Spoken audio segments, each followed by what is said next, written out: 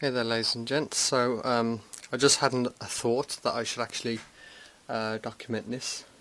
The modification I did to the aerial proved to have a problem.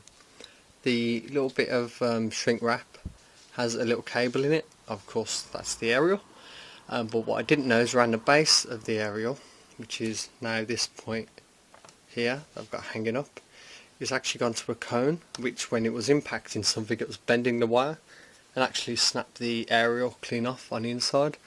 I discovered this afterwards, and now I'm attempting to modify it and repair the aerial. I snipped off a bit of copper wire. I've got like a really thick gauge wire, like 18 gauge. I've cut off a length, and using these and of course the the aerial parts itself, I tested the piece and it found it that I got my range back. So what I'm doing now, it's very hard to actually see. I'll try and find a bit of paper. How about the manual? So pop that behind. So what I've done now is isolated the very, very thin wire just on the inside. Sorry about the blur, but the camera just won't focus.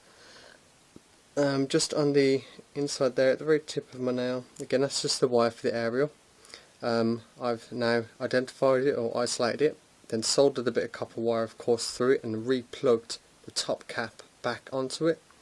And what I'll do is I'll fill that gap with a bit of hot glue just to reinforce it, and then I'll put some more shrink wrap around the outside. But now because the 18 gauge has gone through the little plug, it should be a lot stronger and actually hopefully not snap anymore.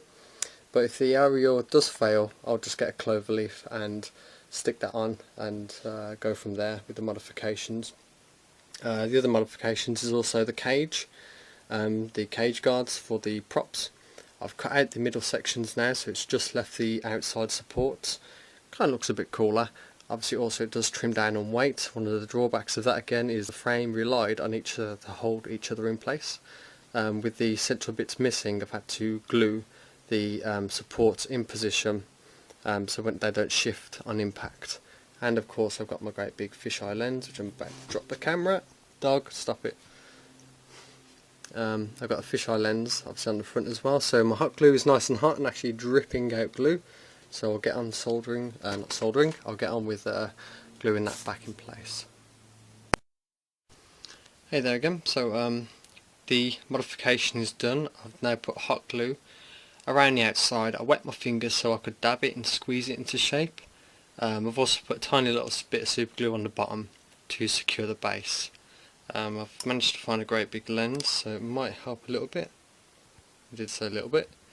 Again, just to show what I've done, again, sort of round around the outside, so I can put hopefully some shrink wrap around it and reinforce it. Got another little lens there, that might help.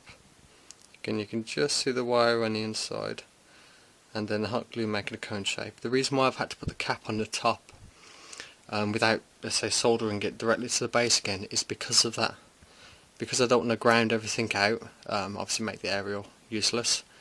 I stripped out the coax around the outside, little bits, got the centre wire, and then stuck it to the top, of course, but the solder that I would have used to stick the central wire to the piece of copper wire, that would have grounded out on the cap, because it's also obviously metal, and had I stuck it back in place with a solder or anything else, it would have just ground it out against the rest of the actual body.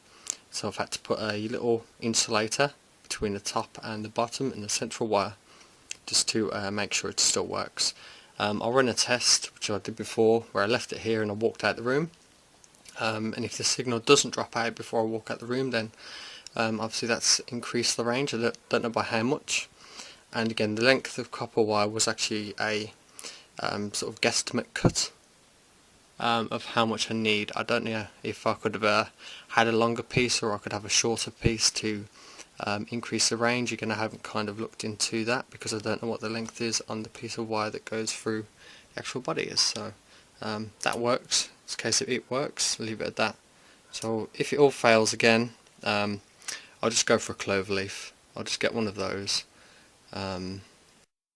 Because I'm a bit of a lunatic, I forgot to actually show the final finished piece, so I've got some really thick shrink wrap, which is actually this type of shrink wrap.